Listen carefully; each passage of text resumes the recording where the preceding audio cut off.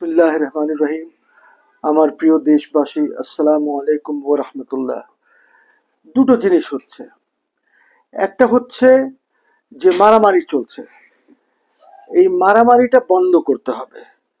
এবং আমি আশা করেছিলাম যে ইউনূস সাহেব তিনি হয়তো শিবির জামাত, ছাত্রদল বিএনপি এবং সমন্বয়কদের যে দল হতে যাচ্ছে বা তারা যারা আছে এদেরকে ডাকবেন, ডেকে ওদেরকে বলবেন এই মারামারি কাটাকাটি বন্ধ করার জন্য। কিন্তু তা হয়নি। আমার মনে হয় উনি যদি বলতেন এজ হেড অফ গভর্নমেন্ট, হয়তো এটা বন্ধ হতো।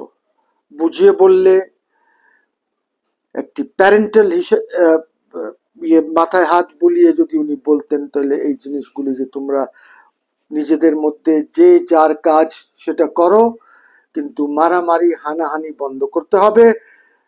যদি মারামারি হানাহানি বন্ধ না হয়, তাহলে অন্য কেউ এইটার বেনিফিটটা নিয়ে যাবে তোমাদের মারামারির জন্য।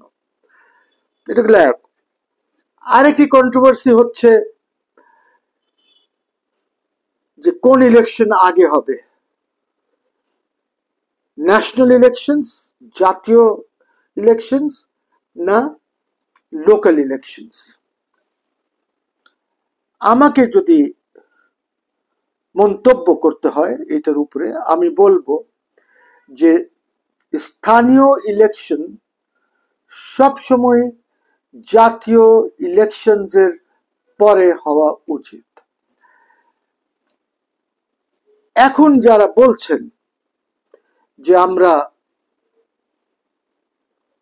স্থানীয় ইলেকশন, লোকাল বডিজের ইলেকশন আগে চাই,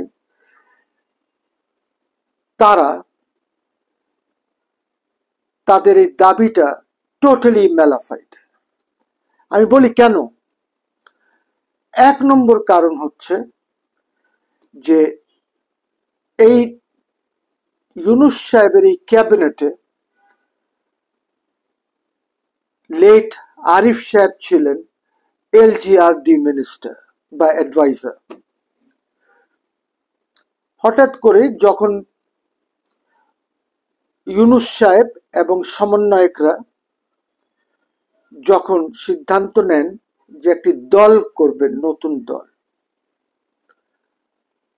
এই নতুন দল করার যখন সিদ্ধান্ত হয়, তখনই কিন্তু একজন সমন্বয়ককে, আসিফ মাহমুদকে নিয়ে আসা হয় এলজিআরডিতে।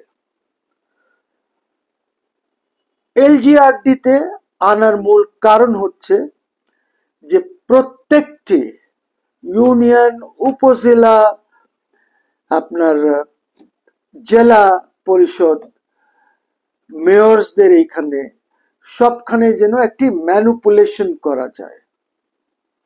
বিকজ এলজিআরডির আন্ডারে কিন্তু স্থানীয় গভর্নমেন্ট হয়। সো এইটা একটি ম্যালাফাইডে স্টেপ ছিল।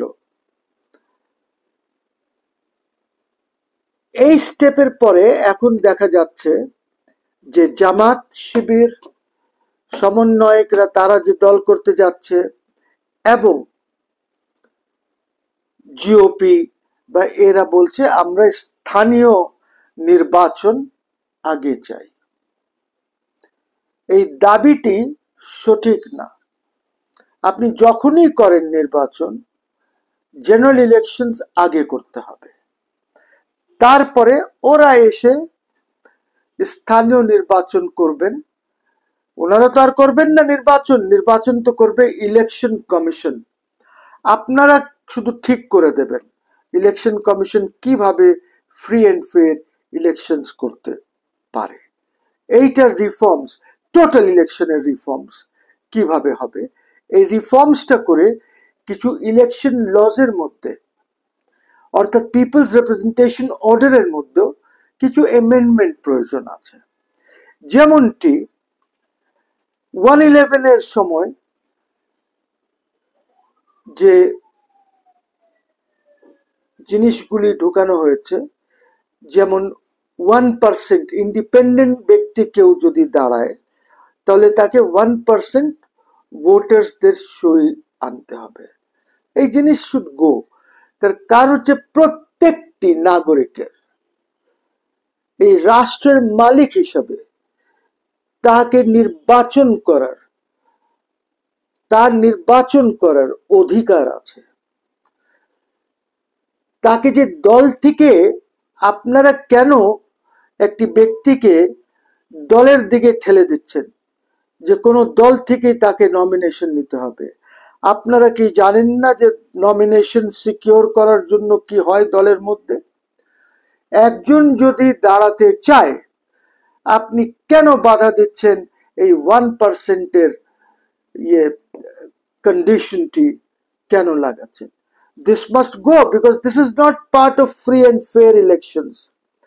Similarly, আওয়ামী লীগের সময় 111, তারপরে আওয়ামী লীগের সময় এই যে দলের রেজিস্ট্রেশনটা নিয়ে যে ধরনের সব কন্ডিশনস দেওয়া হয়েছে, this must go. Simple registration হওয়া উচিত। আপনারা জানেন যে এই দেশে আমাকে যদি বলা হয় যে এই কয়টি উপজেলায় তোমার অফিস থাকতে হবে, আমাকে তো কেউ অফিস নেওয়ার জন্য অফিস দিচ্ছে না, দলের নামে দিচ্ছে না, আমাকে হয়তো ব্যক্তিগত নামে দেবে, আমার সাথে এগ্রিমেন্ট করবে, কিন্তু দলের নামে তো এগ্রিমেন্ট করতে চায় না। এই যে রেজিস্ট্রেশনের এই যে সিস্টেমটা আছে, এই সিস্টেমে ফ্রড হয়। ধরেন একটি ব্যক্তি, সে আপনার দলে আছে, তার একটি ঘর আছে, সে ওই ঘরের আপনাকে ওই দলকে ভাড়াটিয়া হিসাবে দেখিয়ে দেবে, বাট দ্যাটস নট জেনুইন। আমাদেরকে যদি সত্যিকারে সবকিছু যদি ভালোভাবে করতে হয়, আইনের মধ্যে থেকে করতে হয়, তাহলে আইনটাকে সহজ সরল করতে হবে। আপনি কেন কাউকে বাধা দেবেন রাজনৈতিক দল এর রেজিস্ট্রেশনের জন্য?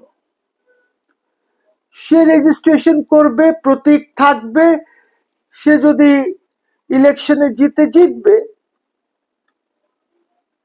এই যে একটি আপনি কন্ডিশন দিলেন, এত উপজেলা, এত জেলা, this must go. Make it very simple.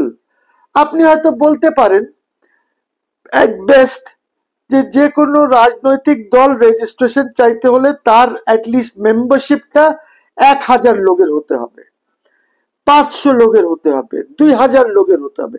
এই কন্ডিশনটা আপনি দেন। This is fair. Why do you want him to have offices? সে তো নিজের স্বার্থেই করবে যা করার। সংগঠন দাঁড় করানো তো পলিটিক্যাল পার্টির ব্যাপার। সো এই যে করা হয়েছিল, এটা করা হয়েছিল যেন কেউ আসতে না পারে, যার জন্য আওয়ামী লীগের সময় এই অ্যামেন্ডমেন্টটা আনা হয়েছে। আমি আশা করব যে যারা এই কমিশনে আছেন, বা যদি কমিশনের রিপোর্ট দিয়ে থাকেন, তারপরে election commission on its own can recommend to the government, সরকারকে রেকমেন্ড করতে পারে যে আপনি এই যে রেজিস্ট্রেশন অফ পার্টিজ এর যে চ্যাপ্টারটা আছে সেটা সরল সোজা করে দেন। সেখানে এরকম কন্ডিশন দিয়েন না যে কেউ যেন না আসতে পারে। আফটার অল দেশের মালিক তো আমরা, রেজিস্ট্রেশন করব, তো কেন আপনি বাধা সৃষ্টি করছেন? এই জিনিসগুলি ইলেকশন কমিশনই করতে পারে।